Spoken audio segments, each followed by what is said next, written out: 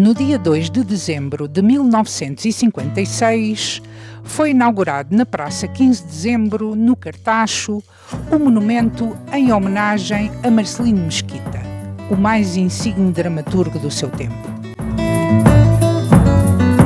O Marcelino Mesquita foi uma figura, e é ainda uma figura muito interessante, do teatro português. Portanto, ele é do Cartacho, esteve sempre vinculado ao Cartacho. Nasceu cá, morreu em Lisboa, mas foi sepultado cá. O nome dele é conhecido em todo o país pelas peças de teatro, porque foi, na sua geração, foi o principal dramaturgo português. Portanto, ele está equiparado ao Almeida Garrett, ao Dom João da Câmara e ao Henrique Lopes de Mendonça. Portanto, é uma figura bastante interessante e hoje bastante desconhecida. As suas peças eram ovacionadas de pé, não é? Quando ele estreava uma peça, imediatamente aparecia uma crítica nos jornais. E isso nos principais teatros do país? Nos principais teatros do país. E depois, como no final do século XIX e início do século XX é uma época de um grande fulgor teatral e de criação de muitos teatros na capital e pela província, foram construídos cerca de 80 teatros nesse período, as suas peças circulavam por todo lado. Ele era um nome famosíssimo. As pessoas do Cartacho hoje em dia, algumas podem não ter noção disso, porque o Marcelino Mesquita é pouco lido, mas ele era um autor de referência nacional, não era uma coisa do Ribatejo ao local. Um monumento que hoje se ergue no centro da cidade e que se já tornou num ícone do Cartacho, foi uma iniciativa do jornal Notícias do Cartacho, que quis honrar este ilustre filho da terra e assim perpetuar-lhe a memória e saldar uma dívida de gratidão. Na época, podia ler-se no jornal que Marcelino Mesquita era o grande esquecido da sua terra natal. Para isso, lançou uma subscrição pública que anunciou nas suas páginas para conseguir a verba necessária para este grande desígnio. Esta subscrição durou 2 anos e teve grande adesão por parte dos cartacheiros, de empresários, coletividades e associações do Cartacho, mas também de outras zonas do país, livrarias como a Lelo e a Sá da Costa em Lisboa e companhias de teatro como a Robles Monteiro, que doou a receita de algumas peças. Ao todo, contaram-se cerca de 600 contribuições. Na edição de 12 de fevereiro de 1955, o Notícias do Cartacho avança como certa a construção do monumento e noticia que Leopoldo de Almeida será o autor da escultura e o arquiteto João Simões, o autor do plinto. A escolha do Leopoldo de Almeida tem a ver com o facto da ligação familiar do Leopoldo ao Cartacho, porque o Leopoldo, o pai do Leopoldo de Almeida era do Cartacho e é o escolhido. Ele faz escultura, faz o curso geral de desenho na Escola de Belas Artes de Lisboa e a seguir faz escultura. Forma-se por volta de 1920.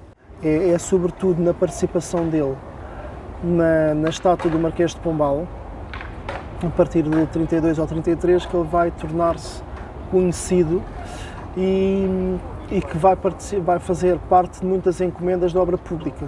O que o Leopoldo tem de muito particular e que vale a pena referir é que era um exímio desenhador.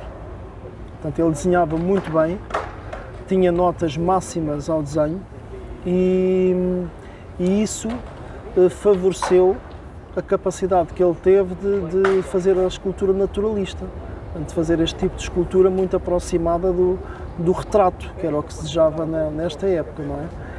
É um verdadeiro retrato do que era o Marcelino Mesquita. E isso, inclusivamente, é referido quando a estátua é inaugurada e é apresentada. As pessoas identificam que é o Marcelino.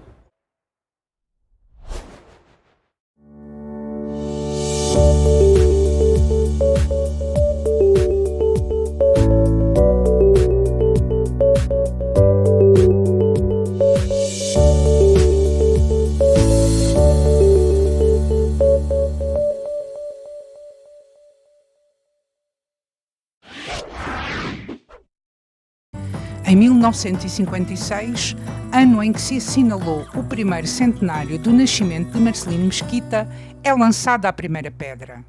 Mais precisamente no dia 1 de setembro, data do seu nascimento. Na época ainda não havia televisão.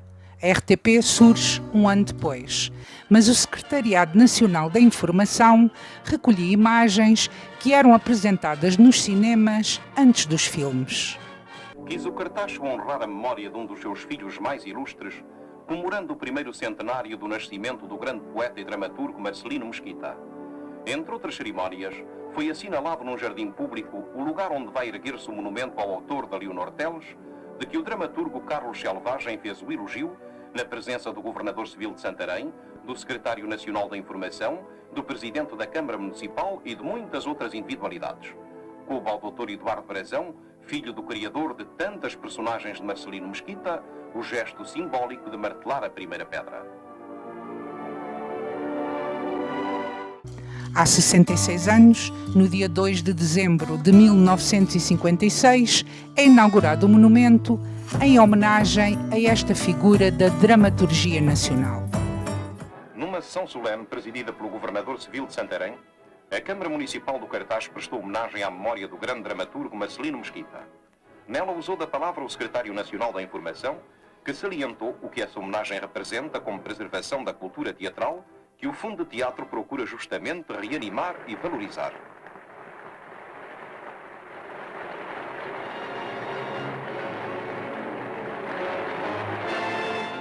Foi também ao Dr. Eduardo Brazão que coube a honra de cerrar o monumento erguido no Cartacho ao autor insigne da Leonor Teles.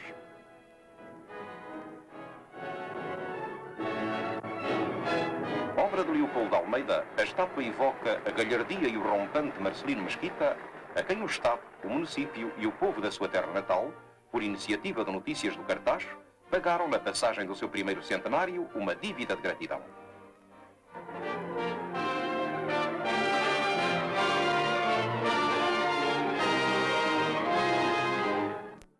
Hoje, os cartacheiros talvez desconheçam a importância deste homem, uma figura inconfundível, que fazia parte das tertúlias intelectuais das boticas da época, poeta, dramaturgo, médico, político e prosador castiço.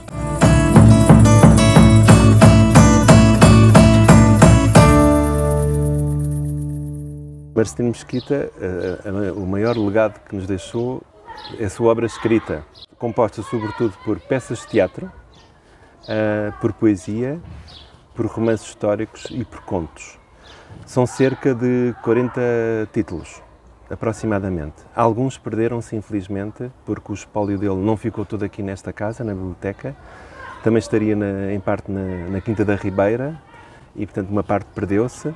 Portanto, haveria muitos escritos inéditos. Ainda há pouco tempo, na última comissão do centenário da morte de Marcelino Mesquita, se reeditaram 2 inéditos de Marcelino Mesquita, que têm uma história curiosa.